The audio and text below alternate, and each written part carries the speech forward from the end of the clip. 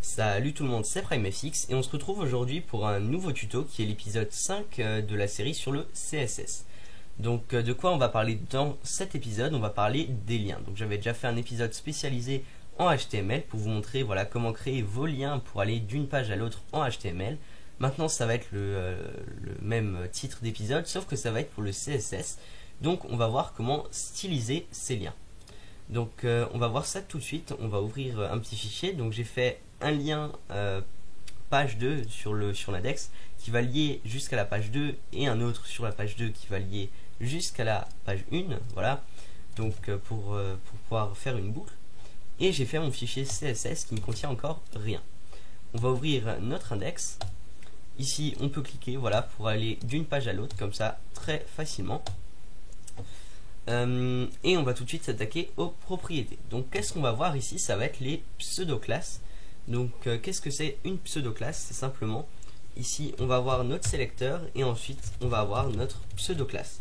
Donc le sélecteur j'ai mis A. Pourquoi est-ce que j'ai mis A? Tout simplement, vous le voyez ici, parce que A ça signifie les liens. Donc pseudo-classe il en existe 4. Il existe link, visited, active et hover. On va voir les 4. Donc la première ça va être link qui va concerner en fait c'est chaque lien sous une forme différente. Donc celle-ci, cette pseudo-classe va concerner tous les liens qui n'ont pas encore été visités par l'internaute. On va par exemple les mettre de couleur bleue. Ensuite on va avoir A2.visited qui concerne tous les liens qui ont déjà été visités par l'internaute. Et ici on va mettre par exemple color gray. Voilà. On enregistre. Si on revient ici, donc quelque chose de très important quand vous faites ça, c'est que pour qu'un lien soit défini comme link n'ayant pas encore été cliqué, il faut en fait, enfin ça s'enregistre dans l'historique. Donc il faut supprimer l'historique voilà de ces fichiers, c'est-à-dire ces deux fichiers. Voilà, on les a déjà utilisés avant, on supprime. Et maintenant voilà, on voit bien le petit changement. Link c'est en bleu. Donc c'est ce qu'on a spécifié juste ici. Et visited ça va être en gris. Donc si je clique dessus, ça va m'amener sur la deuxième page. Ici ça va toujours rester en bleu justement hein, vu que c'est sur une autre page. On reclique et ici c'est bien passé en gris. Maintenant vu que ça a été visité, c'est en gris. Voilà comme on a spécifié juste ici. Et si je continue à cliquer, ça va toujours rester gris parce que les deux liens seront toujours reconnus comme ayant été visités au moins une fois par le navigateur. Or, si je resupprime les deux fichiers de mon historique, on a de nouveau la page 1, voilà, le lien en bleu, celui-ci en bleu et de nouveau en gris, voilà. C'est simplement ça. Donc c'est pour ça que, enfin moi je le dis souvent, la propriété link n'est pas forcément très utile, vu qu'une fois que la personne aura cliqué sur le lien, ce sera resté voilà, définitif, quoi. Ça va rester sur la forme visited. On va passer à la suite. Alors là, on va s'intéresser à la propriété active. Donc active, qu'est-ce que c'est? C'est quand l'utilisateur, l'internaute, va cliquer sur le lien. Donc pas quand il va le survoler, mais vraiment cliquer dessus. Et ici, par exemple, on peut mettre, je sais pas, text transform. Donc ça s'applique à toutes les propriétés de texte. Hein. Uppercase, voilà, par exemple. Hein.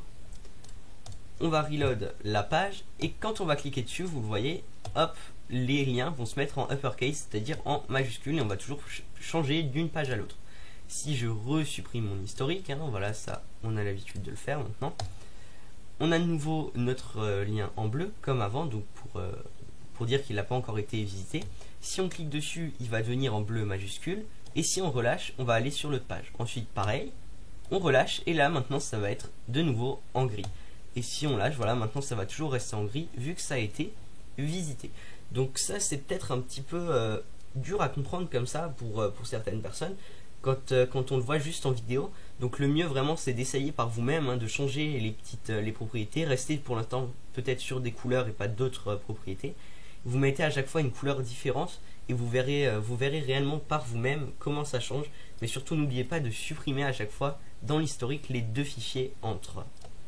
Voilà, on va s'attaquer à une dernière petite propriété, enfin pseudo-classe plutôt, qui est la pseudo-classe hover. Donc ça va être votre première animation un petit peu en CSS. C'est quelque chose d'un peu plus interactif. Ça va être en fait au survol du lien. Donc au survol du lien, par exemple, je sais pas, on peut vouloir un espacement des lettres. Donc on va mettre letter spacing. On avait déjà vu cette propriété avant, 20 pixels par exemple. Hein. J'exagère un petit peu, mais c'est vraiment pour que vous voyez. Ensuite ici, bon, pour l'instant, bon allez, si je supprime l'historique vite fait de nouveau. Hop, F5 pour reload la page. Et ensuite, voilà, vous voyez, quand on passe dessus, on a vraiment notre animation. Les lettres s'espacent à chaque fois de 20 pixels supplémentaires. Voilà, on clique, ça va le mettre en majuscule. Je sais pas si vous l'avez bien vu. Donc là, maintenant, ça a été reconnu comme étant... j'ai fait précédent, hein, donc ça a été reconnu comme étant déjà un lien qui a été visité, donc visited. On a toujours l'animation. Si on clique, ça va laisser le hover, donc avec les 20 pixels de décalage, et ça va nous mettre ça en majuscule. Et si on lâche, on va aller voilà, à chaque fois sur les autres pages. Donc je suis d'accord que comme ça c'est un petit peu moche, mais c'est vraiment pour que vous voyez à quoi correspondent chaque animation. Bien sûr, vous pouvez changer, vous pouvez mettre ce que vous voulez comme propriété tant que ça s'applique au texte. On aurait très bien pu mettre background color, text decoration, je sais pas, il y en a vraiment une multitude que vous pouvez utiliser. Il y en a juste une qu'on peut rajouter à chacun, donc text transform. Non, c'est pas ça, c'est text decoration, none. Alors ça, en fait, on va l'appliquer à chacune des propriétés. À quoi ça va servir? Ça va servir à ne plus avoir le petit trait de soulignement qui est par défaut dans la décoration des liens. Donc vous auriez pu me dire, on aurait pu mettre simplement ici A, hop, et ici mettre text decoration none. Voilà.